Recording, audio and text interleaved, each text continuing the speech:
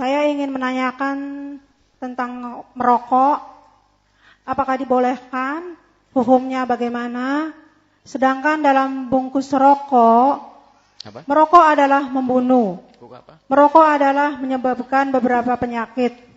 Maka dari itu, saya mohon kepada Buya agar menjelaskan dengan baik dan benar.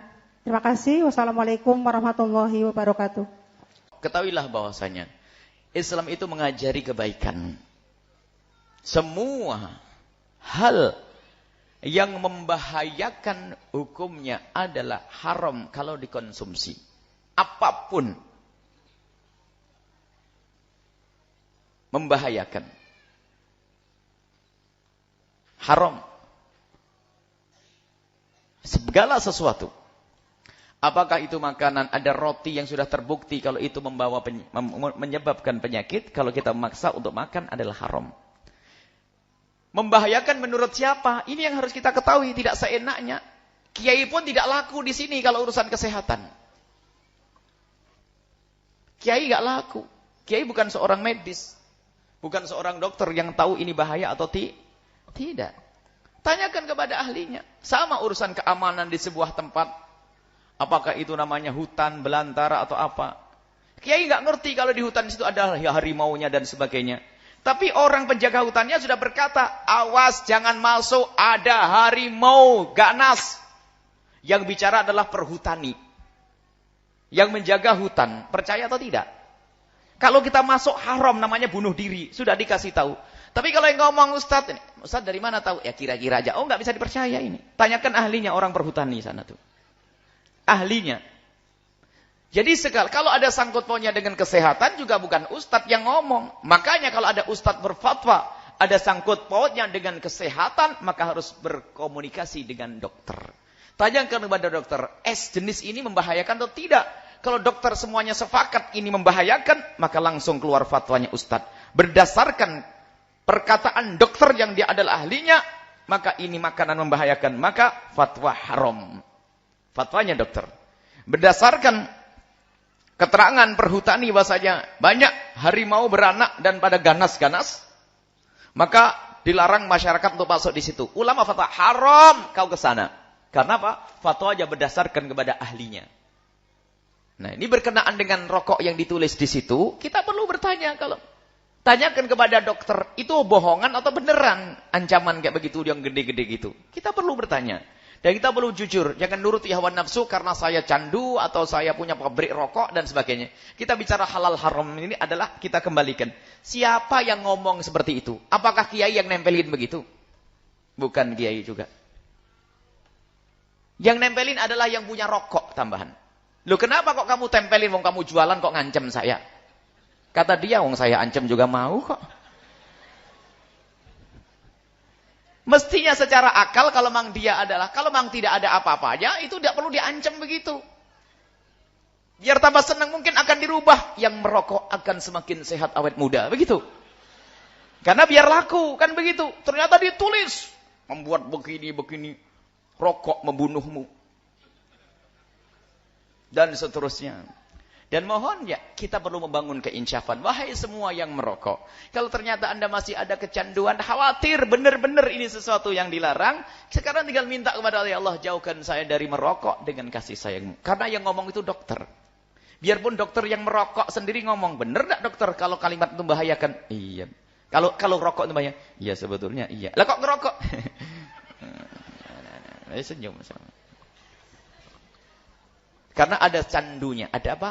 Ada kecanduannya, itu yang menjadikan orang susah untuk meninggalkannya. Baik, kita bicara tentang rokok. Kembalikan kepada ahlinya, para dokter. Dokter mengatakan membahayakan semuanya. Dan bahaya yang sesungguhnya. Rokok membunuhmu. Rokok membunuh maknanya membahayakan. Masa ada bualan, orang jualan kok bualan. Ada orang jual es, awas, jangan beli es ini berbahaya, kau akan mati muda. Enggak ada orang ngomong begitu jualan. Ya bodoh dia jualan ancaman begitu. Apakah itu yang punya pabrik rokok itu bodoh sampai nempelin begitu? Mereka sangat pintar dalam urusan berbisnisnya. Berarti itu bukan dari nol. Itu pasti dari kebenaran. Kebenaran para dokter. Sehingga rokok kalau tidak ada ancamannya itu nggak boleh jual. Nah. Jadi ya sudah, artinya di dalam rokok sendiri ada racun. Mohon diinsyafi yang demikian ini. Tidak, bukan saya loh yang ngomong tulisan yang ada di buku, di rokok tersebut. Jadi saya bukan dokter. Saya nggak ngerti ilmu kedokteran. Saya juga tidak pernah nasi lauknya pakai rokok, tidak pernah, alhamdulillah sampai hari ini. Jadi mohon maaf, ini harus dicermati dengan kesadaran bahwasanya ini omongan bukan suatu yang salah. Karena yang ngomong ahlinya yaitu kedokteran. Baru setelah itu, karena dokter ngomong begitu, kita ya berusahalah. Kalau Anda termasuk perokok yang ada di tempat ini, cukup begini saja. Kalau Anda paling enggak mau doa untuk diri sendiri, doanya begini. Ya Allah, semoga anak keturunanku enggak merokok semuanya. Dan mbah-mbahnya juga enggak ngerokok. Enggak merokok, doanya untuk yang lain saja deh. Coba jujur hati kecil para bapak ibu semuanya. Ibu yang ngerokok, bapak yang merokok. Pengen enggak anaknya jadi perokok berat? Tidak. Sebelum itu kejujuran yang tidak bisa dipungkiri oleh siapapun. Jadi mohon maaf para perokok yang mendengar suara ini dimanapun Anda berada. Hari ini kita akan baca Fatihah khusus. Fatihah khusus demi cinta kami kepada para perokok. Fatihahnya yang pertama, Fatihah khusus diniatkan yang pertama, semoga dengan obrolan kami saat ini tidak marah. Satu, biar tidak marah dulu. Kemudian semoga Allah menggantikan kesenangannya adalah yang halal dan sehat.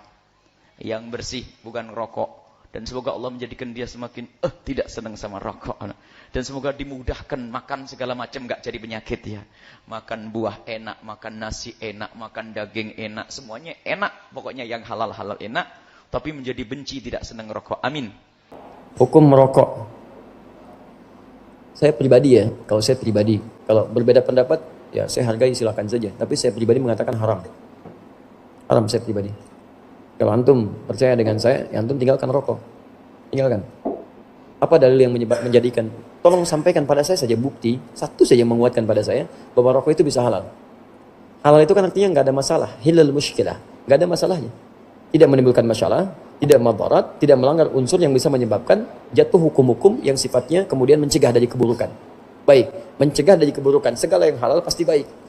Baik dari segi hukum, baik dari manfaat, baik untuk kesehatan kalau itu makanan, baik untuk fisik kalau itu pakaian, baik untuk kehidupan kalau itu sekitaran dalam kehidupan kita. Sekarang persoalannya, tolong tunjukkan pada saya di mana sisi baik rokok yang dipandang secara objektif itu baik. Mana baiknya? Kalau rokok itu baik, antum boleh nggak anak antum yang 5 tahun dikasih rokok? Katanya baik. Antum sih nggak membolehkan anak antum merokok, kenapa antum merokok? Bikin?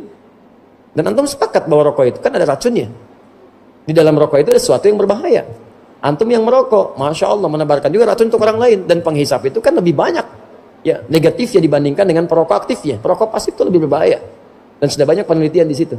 Maka kalau saya pribadi mengatakan rokok haram gitu kan. Jangan membunuh jiwa sendiri dengan keadaan yang demikian. Kalau antum masih mau mengambil yang lainnya, ya itu terserah antum pribadi.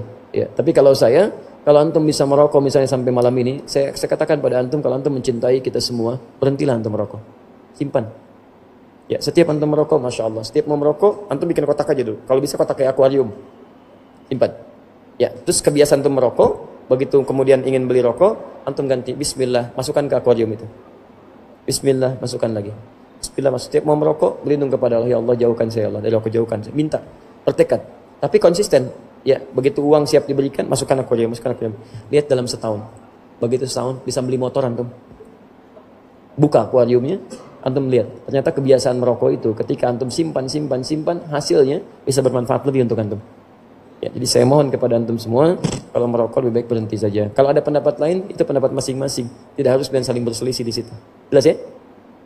Ustadz nggak merokok aja, nggak tahu caranya merokok. Ya memang saya nggak merokok, kan? Apa yang mau dipaksakan di situ? Apa hukum orang merokok?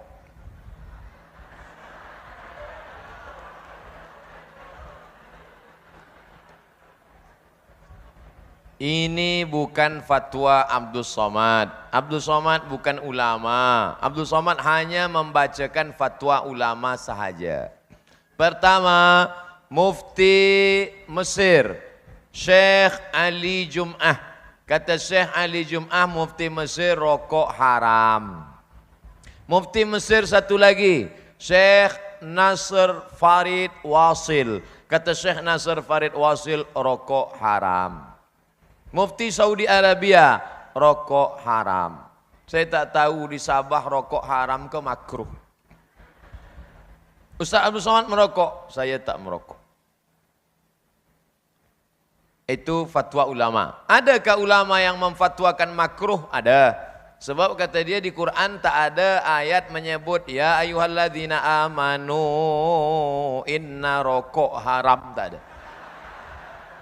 Kerana tidak ada dalam Quran, tak ada dalam hadis, tak ada Nabi cerita tentang tembakau, maka ulama berijtihad, ulama ikhtilaf. Yang satu mengatakan haram, yang satu mengatakan tak sampai pada darjah haram, hanya makruh sahaja.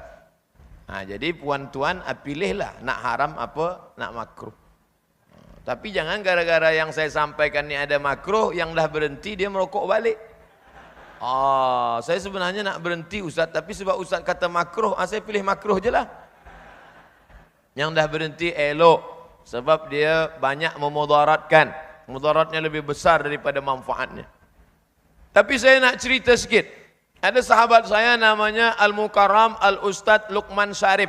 Dia daripada UIA, IIU, International Islamic University Gombak. Jadi dia bercerita tentang seorang ulama. Di belakang rumah ulama ni ada pokok ubi, ada pokok tebu, ada pokok cabai, ada pokok tembakau.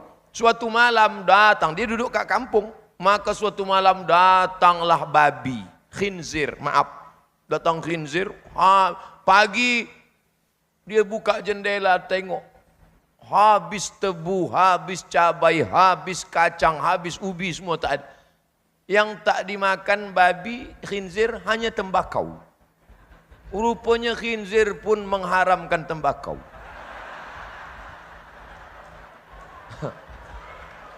Itu, tapi cerita ni, padahal khinzir itu kan haram. Khinzir itu kan haram. Yang haram pun mengharamkan tembakau. Jangan sakit hati. Saya cerita aja.